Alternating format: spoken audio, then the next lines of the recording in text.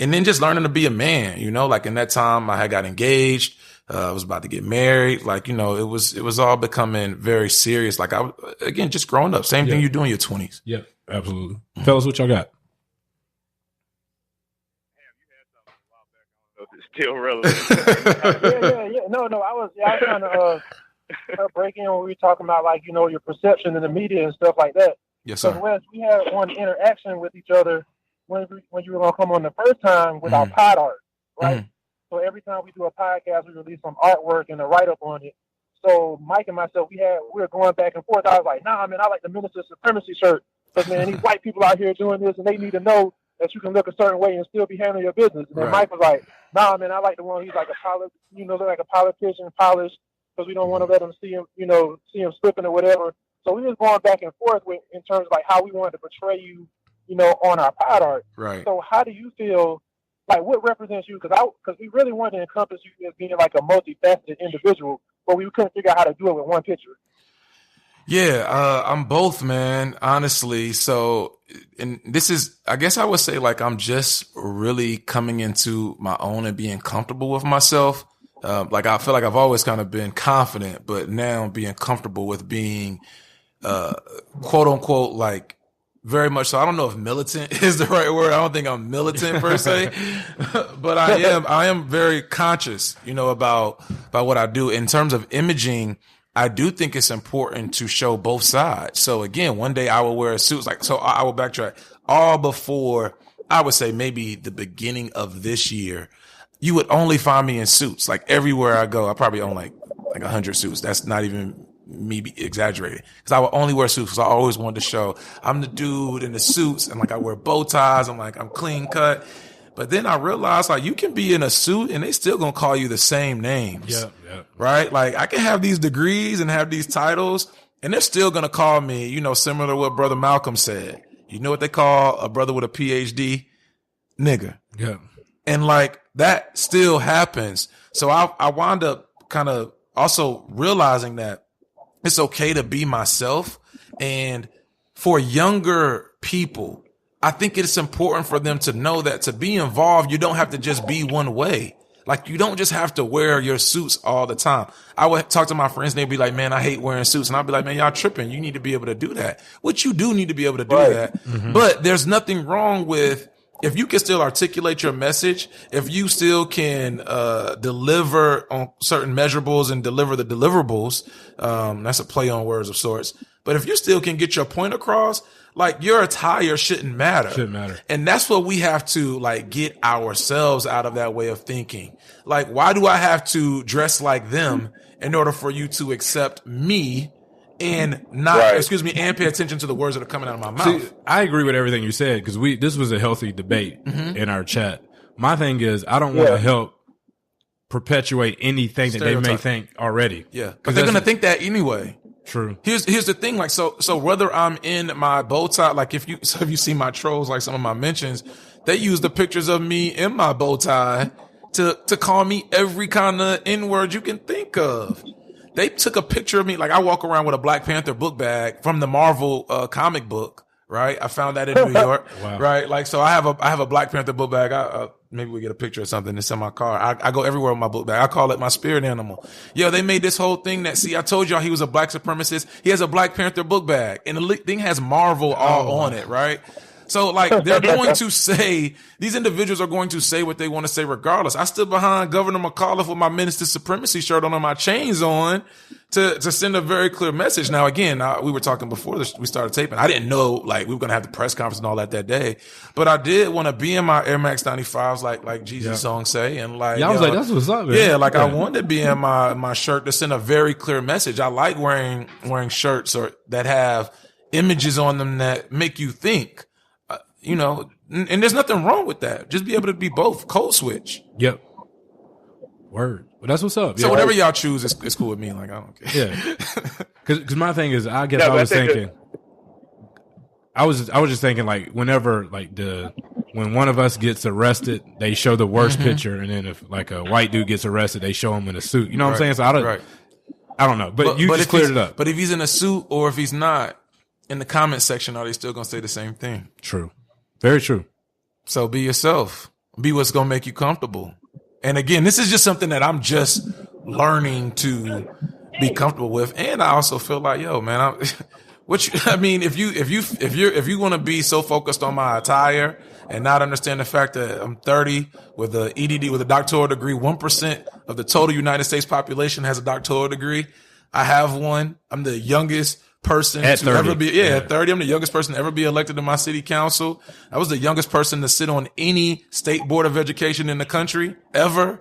Like, if those quote unquote, I'm the youngest 100 Black Men chapter president in the country. Like, if those quote unquote accolades or titles don't impress you, or if you need my titles or my attire to impress you, you're not really focused on the words that are coming out of my mouth. That's what's up. You're not.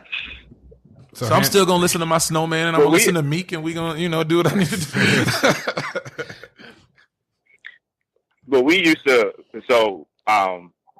back when we had a couple of pods that talked about a lot of the police shootings of like young African American Black men and things, and we always we would reference the fact that, a lot of times when they would talk about the victims and everything, they always talked about what they were wearing and kind of like to help describe the narrative of what they wanted to push, that person to be. And we always make the reference to the fact that, everybody on the pod, we're all professional. Mm-hmm. We all have professional jobs. But at the end of the day, we walk around with our joggers, our sneakers, our T-shirts, our hoodies. Like 80% of the time that we're out and about, that's what we are. So you can't assign characteristics to somebody based off of how they're dressed. Right. Right. So, but that's what they do, though. That's what has become normal for society, is to pigeonhole us in by saying, "Oh, you look like this, so this is how you are." Yeah, agreed. I mean, you look at Dr. Henry Louis Gates, though, Harvard professor, pulled or harassed by the police. Summit, right? Yeah, outside of his house. Yeah. Right? Like, he was trying to get into his own house. Right. He's one of the leading scholars, Black scholars in the country. And he was literally outside of his house and basically detained, harassed by cops, and basically act like told you don't live here. Yeah. Like, so it doesn't matter what we're wearing. It doesn't matter our intellect. Yeah, I may get a little, you may give me a little bit more respect, quote unquote, because you see me in my suit and it's tailored and I'm having a bow tie. But are you still going to believe that I'm a menace? That's the deeper thing. Yeah. Oh, because I have a suit on, am I less menacing than when I have on my necklaces and my chain? The words that come out of my mouth are going to be the same. So what does that say about you? We have to stop internalizing other people's stereotypes. We have to stop doing that. Right. We got to be proud of our own. I walk in my brother's, studio today. Like, I'm proud. And we're doing this podcast, bro. Got on, shorts, a t-shirt. We walked in, his kids was happy. They were, jumping around. Does that negate the fact that, I'm having a podcast with these brothers who are all professional business owners, working in different industries? Nah. And I'm not going to allow those other individuals, their stereotypes and their fears, to intercede or negate the fact that we're doing great work, because that's what they always do. Think about back to slavery time, the biggest quote unquote buck. Like, right? That's the one that would go for the most. And the biggest buck, they wanted the darkest one whose muscles was the biggest. They still called him nigger, and they still sold him for the most. Right? They still tried to sell him for the highest bid. Right? Like, he was the biggest buck. They've always stereotyped us. They've always viewed us in certain ways. That's not going to stop. That's real talk. Sorry, I didn't mean to go on a tangent. It's real talk. I got a question. Let's just let's get into it. Okay. So, I want to know the timeline of how everything was kind of happening for you when everything was going on in Charlottesville. Like, okay. When did you guys know that the protest was going to happen? Okay. Did you have an idea of how many people you thought were going to come, and then it ended up being different from what ended up happening? Like, did y'all have a plan did y'all have any type of plan? Yeah. For if anything was going to go down, and then did that kind of go awry? Just kind of walk us through like that whole process and like what was going on and what was going through your head as things were kind of unfolded. Shout out to you. Okay, sure. So, some of it I can't go into because some of it is under investigation, but I can tell you as much as I can. Is that okay? Oh yeah, absolutely. Okay, cool. We definitely want to get you knocked. Right. Thank you. Thank you, Five. Some people be like, nah, man, I want to know. No, like, tell us everything. Yeah, like, go to jail. I don't care about you, nigga. But in all seriousness, so we've known about the rally, the potential threat of the rally for some time now. There was a white supremacist guy, Jason Kessler, who's been going after me now for nearly a year. He's the one that, quote unquote, unearthed all of the tweets. And, it's been his mission to try and tear me down. And as he's thought that we were continuing to get more momentum in terms of moving the statue, in terms of getting a lot of other support from a lot of different people, he was the one who was really, really feeling as if he was threatened. So he's been trying to plan this rally for a very long time. After we got more people on board with moving the statue, we started hearing these rumors about the white supremacists were planning a rally. So Kessler, the Ku Klux Klan came first on July 8th, my wedding anniversary of all days. So I wasn't there for that. And even a couple weeks before that, Kessler filed a permit and he said that, we're going to have the biggest white nationalist rally that the country's ever seen on August 12th. So we had in our mind two things. One, we knew that this Ku Klux Klan rally was coming. This was probably about 2 months before. So we knew this Ku Klux Klan rally was coming, and then we also knew that Kessler was trying to plan another white supremacist rally the month thereafter. So we were planning simultaneously, the police chief and our police department, state police department, local offices, all of those things. We were trying to figure out different ways in which we could handle it. So we got through the first one, the Ku Klux Klan rally. That was on July 8th. And then individuals were preparing for the August 12th white supremacist rally.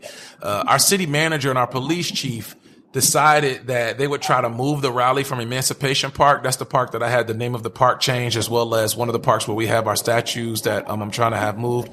He decided that our city manager, he being our city manager and our police chief, decided that because the dimensions of the park are so small and we were expecting nearly 6,000 to 10,000 people, it would be best to move it to another park. So the week of the event, they informed Jason Kessler that he couldn't have we weren't granting him the permit, but we were granted for McIntyre Park. He refused to do so. He was actually represented by the ACLU in a federal court case against the city of Charlottesville to have his rally at Emancipation Park. They defended him and they won. So they got that ruling. An injunction was granted at 9:30 on Friday night that they could indeed have their rally at Emancipation Park. So all while that stuff is going on, people are planning counter protests and whatnot. That Friday night, there was a huge service at a local church. Dr. Cornell West came, Reverend Grooms, Tracy Brown Grooms from Ferguson, from New Orleans, from St. Louis, was there, and it was a great event. And what those white supremacists did, they literally tried to surround us at the church with tiki torches. And then they walked down to the University of Virginia and surrounded the statue of Thomas Jefferson, in which some students took it and kind of said, Black Lives Matter or whatnot. And they tried to surround them and intimidate some 19, 20-year-old kids with tiki torches. And it's like 300 of them. One of the most cowardly acts that I've ever seen. Yeah, so if you look at the Vice documentary, that was a whole chant thing, right? Yeah, that was a whole chant. Jew will not replace us. You will not replace us. Blood and soil, all of that good stuff. Like they're really clowns, man. Tiki torches with caramel tops from Walmart, and they think they're tough guys. So, they did that, and it was essentially broken up by the police. Some people were saying that, why didn't they come earlier? And those are still in the investigation. So that was the first night. That Saturday morning, I was a part of a sunrise service. So I spoke at First Baptist Church, was the first African-American church in the city of Charlottesville, with Dr. West. So I spoke, Dr. West spoke, several others spoke. We led a march from the church to the African-American Heritage Center, from the African-American Heritage Center to McGuffey Park. And McGuffey Park is literally right next to Emancipation Park. So at this point, the sunrise service started at 6 a.m. We got to the park around 9:30 a.m. after, doing everything and whatnot. I led a chant there, gave a speech there. And at that point, security and state police people, they made me leave. So I really wasn't even supposed to be out there. We had been getting all these death threats, and I'm really the main one who all these white supremacist people want to come after. So they're like, it's not safe. I can't even tell y'all where I went. So I